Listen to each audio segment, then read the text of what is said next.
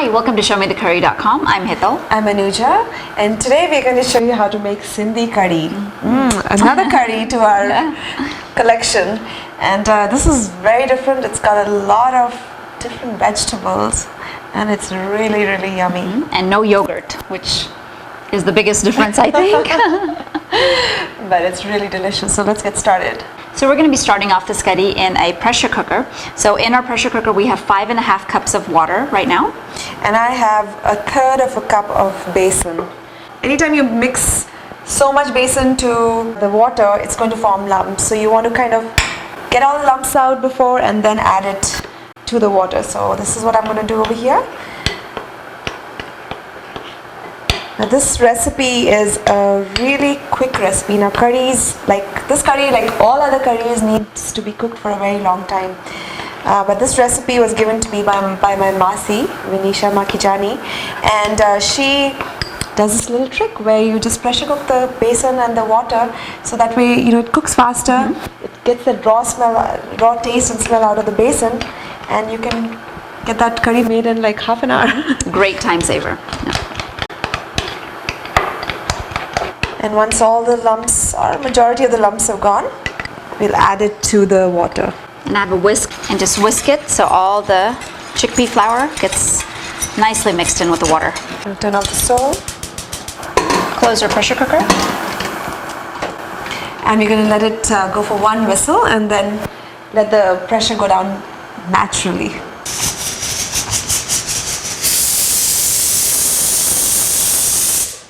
So the pressure cooker whistled one time, we switched off the stove, and now we're going to move it out of the way and let the pressure come down by itself. The next step we're going to do is we have 1/2 cup of water over here, and we're going to put about 1 cup of drumsticks in there and just allow them to boil. Now we don't cook the drumsticks with all the other vegetables. They tend to cook at a totally different pace than the other vegetables that we have. So we'll just allow it to come to a boil and then just lower it and let it cook till we're ready to use it in the dish. So one of the best parts about this dish is it's fully loaded with all these vegetables, and it makes a full meal, So these are the vegetables that we are going to be using. We got about 2 medium carrots. We've washed and cut them up, of course, and then we have 2 big florets of cauliflower, and again we've cut them to bite-sized pieces. We had about 8 to 10 beans that we cut again to similar size. We have a medium potato. We've again cubed it, and we washed it so it doesn't turn black before we actually have to put it in. We're going to put 4 green chilies slit. Now this is of course to your taste. And we have about 3 of the small eggplants, kind of like this size. We've again cut and we put them in water because they will turn black. And I have a nice big wok style pan right here with 1 tablespoon of oil, and it is already hot, so we can continue. We'll add a 1/4 teaspoon of methi seeds or fenugreek seeds and let them sizzle. 1/4 teaspoon of turmeric powder, 1/2 teaspoon of red chili powder or to taste. And we'll start adding all the veggies in. So potatoes, chilies slit, carrots, cauliflower, and green beans.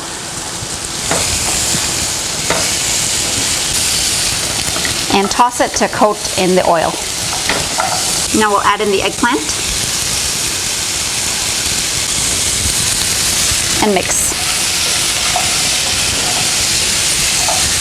Now our flame is on high right now, and we're going to toss these veggies for just a minute or 2 and get a little bit of color on them.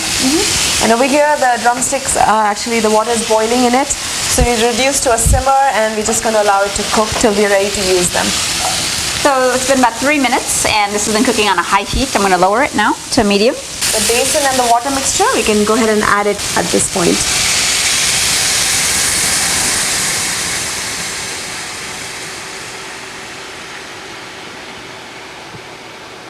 And also pour in our drumsticks. They've been simmering, and we're going to add the water and all.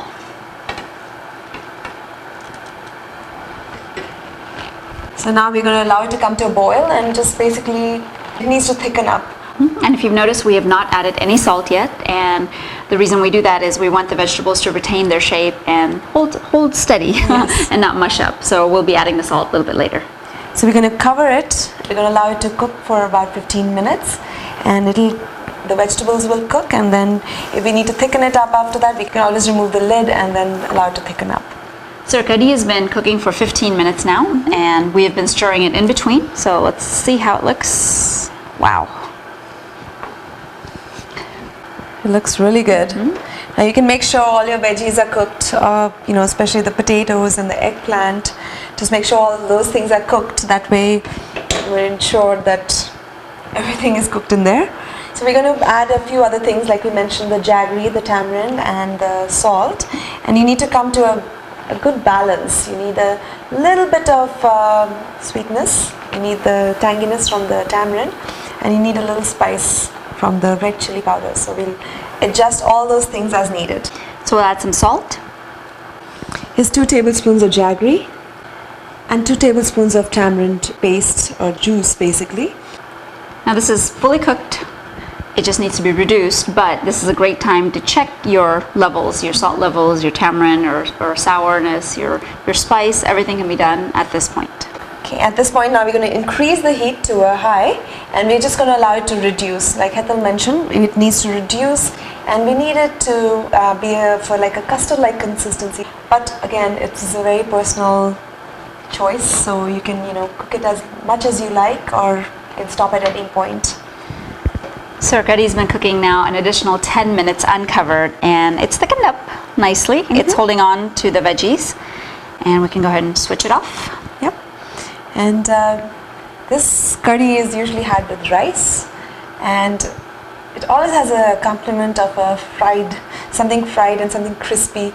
So either you can do papad, or you can do like just some fried vegetables like bhindi, or just anything to the side. But I think traditionally a lot of people serve it with aloo tikkis. So yeah, so great combination. So at the time of serving, all you want to do is just add some cilantro, and it's ready to serve. So enjoy your delicious Sindhi Kadhi, and thank you Anuja's Masi for the recipe. And join us again on another episode of ShowMeTheCurry.com. Adding a pinch of spice to your life. Very nice. It's a perfect balance. Yeah.